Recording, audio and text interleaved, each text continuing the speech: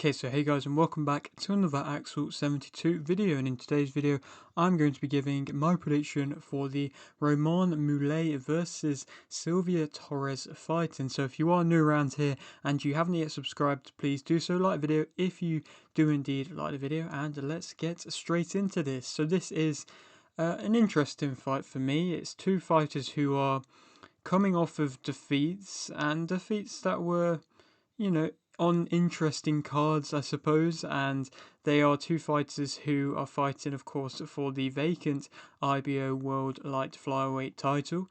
Romane Moulai is the favourite from what I believe, but Silvia Torres is that tough Mexican in which every fighter needs to fight at some point in their career to be able to prove that they can be one of the best. Romane Moulai is a French fighter. She is arguably one of the biggest names in the way of French female fighting. I mean, Serguion Lefebvre is another name, and she has been on the road seemingly to get back to being a world champion again, and she was the one of the biggest names in French women's boxing seemingly ever. And now Romane Moulai is kind of trying to follow in her footsteps to an extent. I think this is by far still a major step up, but like I say, it's an important step up, and for Romane Moulai, it will be definitely interesting to see if she can handle a fighter like Silvia Torres, who has the much more so experience. She is a tough Mexican, and that is pretty much what most Mexican fighters are who are at a world level. They are going to be very tough fighters to be able to beat. She's only ever lost decision fight. She lost a close split decision versus Jessica Neri Plata a few years ago, which is, of course, a very noticeable name in and amongst the lower weight divisions of female boxing. And she just fought and lost via unanimous decision on the Mayweather versus Gotti 3 undercard, which I believe it was the second fight between the two of them, but I'm not entirely sure. It might be the first, actually. I'm not entirely sure. But yeah, like I say, she lost on that one, and Romane Moulai is coming off a defeat on an IBA show. It's these shows of the IBA, I'm not entirely clued up on them. I believe they happen in countries in Europe, near about Russia, and like I say, I don't know a massive amount of them. They seemingly have got some good names that are fighting for them, and they seemingly get a decent kind of level of attention from big stars. Like I say, I don't really know too much about them, and there's quite a few fighters that are seemingly only wanting to fight for these IBA titles, and I don't necessarily know if the IBA titles really mean anything. I don't think it's classed as professional boxing, but I'm not entirely sure. But nonetheless, Moulay fought on one of them shows in a last fight, and clearly did win, arguably, well, not even arguably, she clearly did win, and the judges just decided to not give her the win. Even the singular commentator was saying that he had Romane Moulay up by quite a few rounds, and then she just didn't get the win. So arguably she should be 6-0, but at the moment, she's still 5-0, and maybe she's still 5-0 professionally. Like I said, I don't really know if an IBA defeat classes as a professional fight or not. But for both of them, it's a change in weight classes. It's Romane Moulay coming down in weights from flyweight, and for Torres, it's her coming up in weight from atomweight, and so that will be interesting to see if it plays much of a factor. I think they'll both be able to make the weight relatively comfortably, and in general, I think Romane Moulay has the capabilities to be a star. I think there is few, like I say, French stars in boxing. I think she has an exciting style, and so, like I said, I definitely think it could lead on to her possibly becoming some sort of a big name. But, she needs to pick up this title first, which is now vacant, and go from there realistically.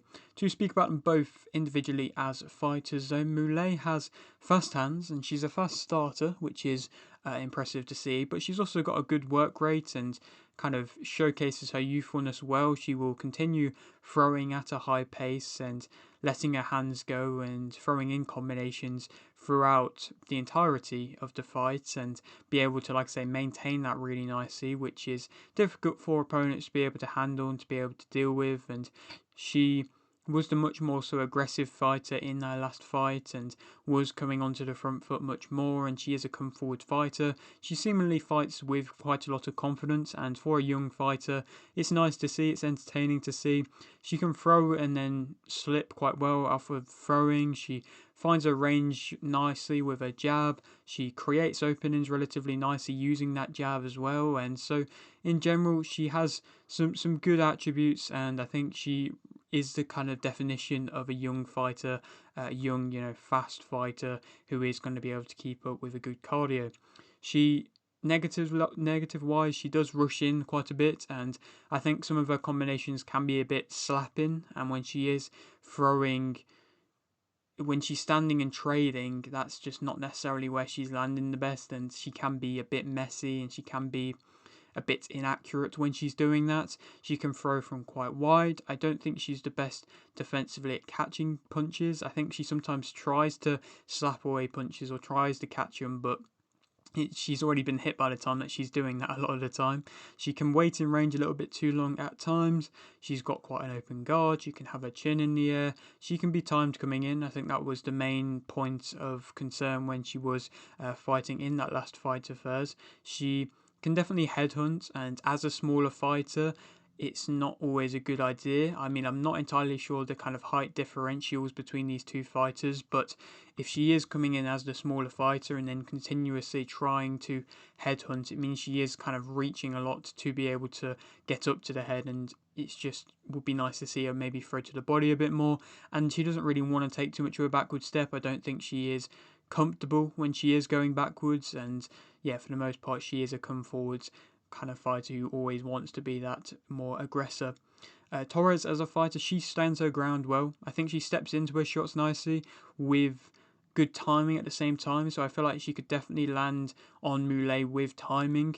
She's calm as well. A lot of her work is very seemingly relaxed, and she is kind of always aware and knowing what's going on. She can keep you at a distance relatively well, which will be interesting to see if she can keep Moulai at a distance. She fights with a high guard, and typically all of her work will come off a jab nicely, and she'll walk you down at the same time. So it will be again interesting to see who's going to be the one controlling the center of the ring for this fight.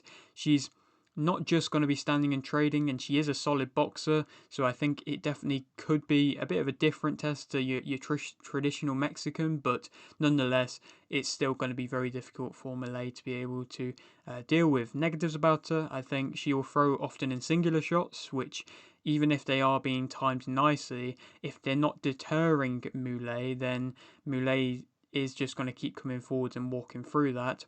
She doesn't always do enough to be able to win rounds. I mean, I've seen a couple of her fights. She's had a few draws on her record, and she's just not doing enough. She looks like she is the by far better boxer out of the two of them whenever she's fought for a draw, but she, like I said, just doesn't look like she's doing enough. I don't think she has the best of hand speeds. I don't think she moves off the ropes. I think she's got a limited offensive arsenal in her shot variety.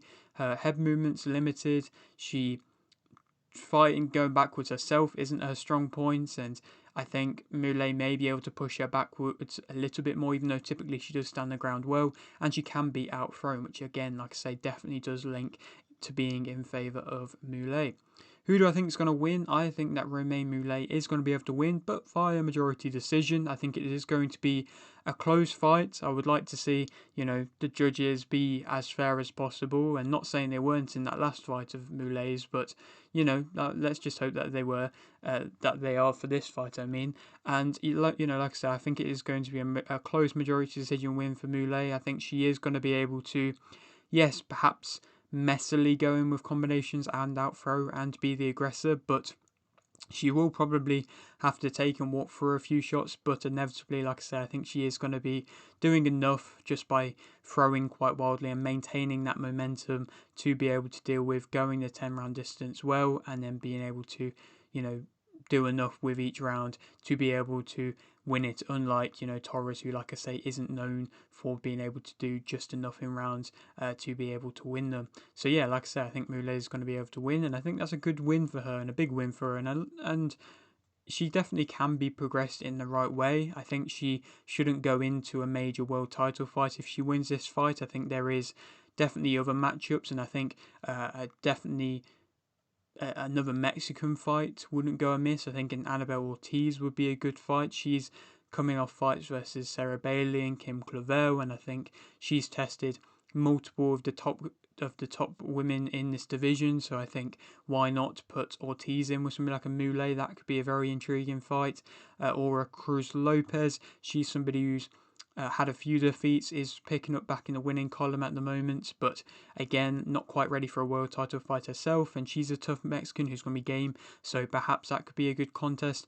Or Radovanovic is another fighter who could be of a competition to up and coming Serbian, from what I believe. That could happen, and that could be a good fight to make as well. But yeah, that is it for today's video. Hope you did enjoy. Like the video if you did, like the video, subscribe if you're new, and thanks for watching.